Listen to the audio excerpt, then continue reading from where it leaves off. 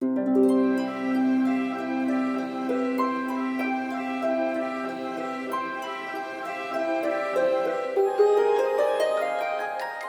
jednoj dalekoj šumi, u drvenoj kolibici, živjela je porodica medvjeda. Tata medvjed bio je velik, mama medvjedica nešto manja, a njihov sinčić medvjedić bio je, dakako, najmanji. U njihovoj kući uvijek je bilo reda i svako je imao svoj krevet za spavanje, stolicu za sjedenje i zdjelicu za kašu.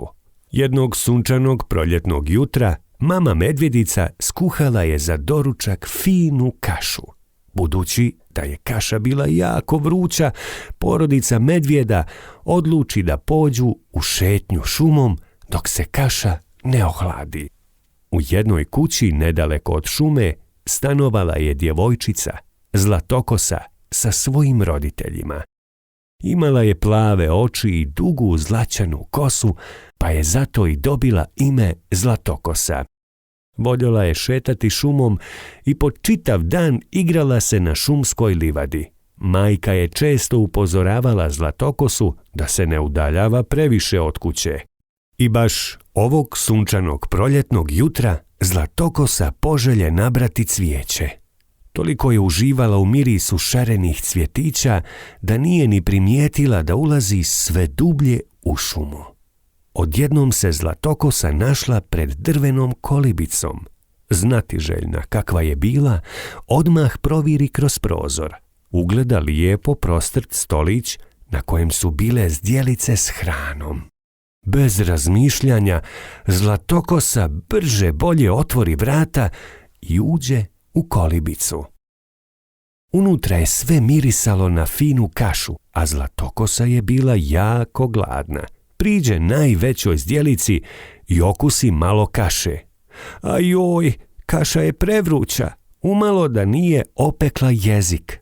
Zatim odluči probati kašu iz srednje zdjelice, ali je jelo u njoj bilo već hladno. Zato i nju ostavi i proba zalogaj iz najmanje zdjelice. To joj je baš prijalo, pa djevojčica pojede svu kašu. Zlatokosa se poželi popeti na jednu stolicu, ali ona je bila previsoka. Naravno, bila je to stolica velikog tate medvjeda. Stolica mame medvjedice učini joj se manjom, ali ni ta joj nije odgovarala. Međutim, treća joj je stolica savršeno odgovarala. Bila je to stolica malog medvjedića. Kako li je Zlatokosa uživala sjedeći na stolici. I baš kada je htjela ustati, stolica se polomi.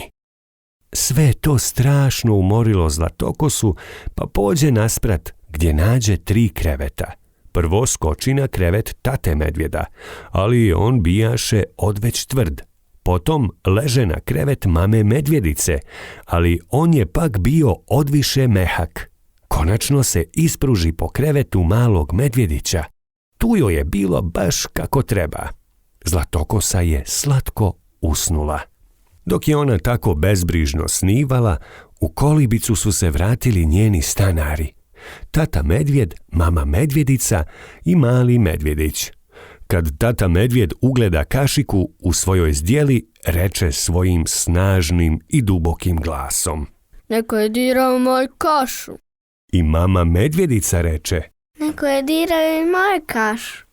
A kad mali medvjedić vidje svoju zdjelicu praznu, zaplaka i povika: Neko je pojeo moju kašu.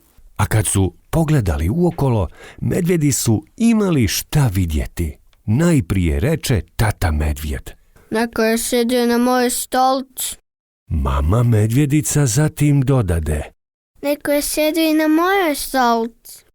Mali medvjedić tužno zaplaka: Neko je sjedio na mojoj stolici i polomio je. Kako sam ljut. Reče tata medvjed. Ja sam ljuta. Viknula je mama medvjedica. Ja sam jako tužan. Plakao je medvjedić. I 3 medvjeda brzo krenuše u stepenice do svoje sobe. Tata medvjed ugleda razbacanu posteljinu na svom krevetu, pa povika. Neko je ležao na mom krevetu. Onda mama medvjedica povika. Neko je ležao i na mom krevetu. A kad medvjedić priđe svom krevetiću, povika slabašnim glasom. Neko je zaspao u mom krevetiću i gle, još uvijek spava. Na te se riječi Zlatokosa stala meškoljiti. Otvori oči kad tamo ugleda 3 medvjeda kako je ljutito posmatraju. Uplaši se, naglo skoči te jurnu niz stepenice koliko god je brže mogla. Pobježe iz kolibice i stade trčati sve dok nije ugledala svoju kuću na kraju šume. Poslije tog događaja Zlatokosa je bolje slušala svoju mamu. Nije više lutala šumom, niti je nepozvana ulazila u tuđe kuće. A šta se dogodilo s medvjedima?